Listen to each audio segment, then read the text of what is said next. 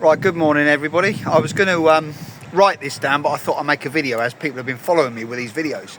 But as some of you may know, about whenever it was, a year and a half ago, I had a TIA stroke. That is when you basically, your blood flow into your brain cuts down by about 3/4 and just a little bit gets through, and it keeps you alive. If you have a full one, you've got a full stroke and it's good night Vienna, or it's like paralysation and all that bollocks, right?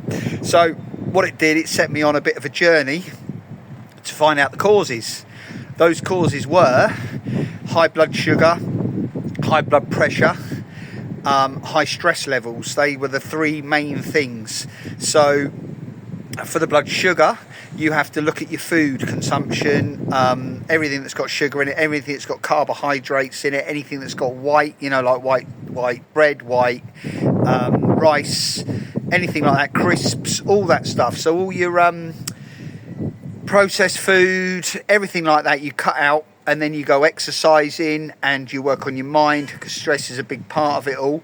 And I'm really pleased to say that I had a test today. Well, I had a test the other day. I got a phone call from the doctor this morning, and she just said to me that it's actually quite amazing how I've turned things around in that time. And now I've been doing these videos. I've been showing you how I've done that. I went off to Southeast Asia. I had to give up part of my work, which is touring, those stress of sitting in traffic jams all day long. Although I'm going on a tour today for 4 or 5 days, I've cut down 95% of it, because is it really worth it? Sitting in a London traffic jam, staring for cameras and restrictions and God knows what all day long for fucking 80 quid or whatever it is you get paid, to actually kill yourself, right? And another big part of it is this has been a real difficult one actually, is to stop. I cut a load of these trolls out on the internet because I run events, right? I have people that hate me, absolutely hate me, because I've turned the skinhead culture into something positive, right? I created an event in 2011. I invited all the rogues from all around the world to come and have a good time and enjoy yourself, and let's clean up our history, and let's have a good time, and let's live the rest of our life in joy. That was my aim, right? Nothing more. Get the bands going, get the DJs going, give everybody a nice time. But I got a lot of hate for that, and that stressed me. I didn't realise how much it was stressing me. I was waking up at 4 o'clock in the morning worrying about some idiot on the internet. I didn't even know his name or where he lived. So I've had to go through a whole process in my life of cleansing, right? That's the real word, cleansing. Toxic relationships, where you're getting shouted and screamed at all day long. And that might not just be your girlfriend, it's your people that demand from you, and it's society, everything demanding from you. It weighs on your head, right? So I went through this whole cleansing. I've still got a way to go, but I'm really pleased to say that my blood sugars are down, my blood pressure's down. She was amazed. She said, you really are. She said, if I had everyone like you, I have to phone up, I would be the happiest day of my life, She said, I've got nothing to have a go at you for. I said, well, there's one thing you might have a go at me for. And she said, what's that? I said, well, I've only actually taken half the medication you told me to take. And she went, what, you're joking? I said, yeah, I didn't want to get addicted to medication. It's just another addiction, isn't it? So I took most of them, but there was one, it's a big one, metamorphin or something like that it's called. I only took one instead of two. I was meant to take one in the morning, one at night, so I took one because it was quite a strong one. I thought, nah, I'm not having all that, so I've cut it down to one. And so my next aim is to basically do it with no medication at all. That's my next step, but I'm well within reach. I'm still high, I'm still in pre-diabetic. I was at 42, which is the sort of borderline. I went shot up to 58, which put me into full diabetes. Then I managed to get it back down to 44 through going to Southeast Asia and, like I say, detoxifying myself, cleansing my mind, working out, cutting my stress levels out, and I brought it down. And now I'm at 44, 45, which is not good. I want to be below 42. That's for my sugar, that's my main target at the moment, and I want to do that medication free. So I'm just doing this little video really for anyone that's been following me. I can do it, right? I can do it, and I'm old, right? I'm looking at them in retirement age in a few years' time, right? So I'm not young, I'm no spring chicken. I'm no gym freak. I've never been a egotistical Mr. Body Man or anything like that. I just lift stuff, work stuff, do stuff to live, you know. I've always been working class grafter. So if I can do it, you can do it. So what I'm going to do now is I've got no space because I'm on my roof terrace because it's been my flat's full of junk because of the Skinhead Reunion merchandise and shit everywhere. So that's a stress actually. Crap.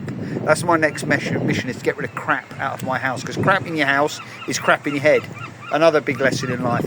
So what I'm going to do, and I wouldn't advise this to anybody because I could kill myself here. So if this is the last video you see, well, so be it. I killed myself doing what I needed to do. And I'm going to do a little bit of exercise in here, and I'm going to do it right here on my roof terrace, on the roof, right? Because that's the only place I can do it. So if I slip, it's a big drop down there, about four stories. So all you need to do really is just do something like this every morning, right? So just do about 30 of these. So that's about 4, 5, 6, 7, 8, 9, 10, 11, 12, 13, 14, 15, 16, 17, 18, 19, 20, 1, 2, 3, 4, 5, 6, 7, 8, 9, 30. See? Just 30 of them, 30 press ups. Don't do it on your roof like this though, because if you slipped, you'd be, whoa, gone, baby, gone. So stay with me, stay lucky, and follow me. And all those people, right, that have come up to me at the gigs and everything over the last year, I really appreciate you. I really, really appreciate you, because you've not only told me, you know, you're doing really well and we're behind you and we're supporting you and we need you to stay alive for the things you do for us. What I really like is those people that have come up to me and said quietly, look, I've got this problem, I've got that problem, and by seeing you doing what you're doing, it's really made me think about my own life and what I need to do, because for my kids and for my girlfriend and for my life, because we're all valued, we're all of value, right? We've all got something in this world we've got to give people. So if you can just think of what's the little thing in me, the little thing I've got that I can give somebody, even if it's just like putting a shelf up for them, ringing your friend up and saying, you know, how are you, mate? There's a lot of things we can do, right? And I had a guy ring me yesterday, you know, I put a little thing up about a bunch of haters that had died, and I said how I felt quite sad about them really, and there's a relief obviously if your enemy dies, it's a relief because they're no longer going to be attacking you. But my overwhelming thought was how sad those people are. They began where I began, you know, they began teenage kids in a council estate and then became haters and lived this bitter life and ended up dying that way, you know. And that gave me a sadness, you know. I just wish I could have got to them a few years ago, and if they'd have rung me and understood where I come from and what I was doing, why I do the things I do. It's not about hating you. It's not about hating anybody. It's about bringing people together. And my philosophy about hate, and that's because from coming from it, I grew up in hate. My father was a hating person. And I found myself in that world. I found myself in a vicious, violent world full of hate.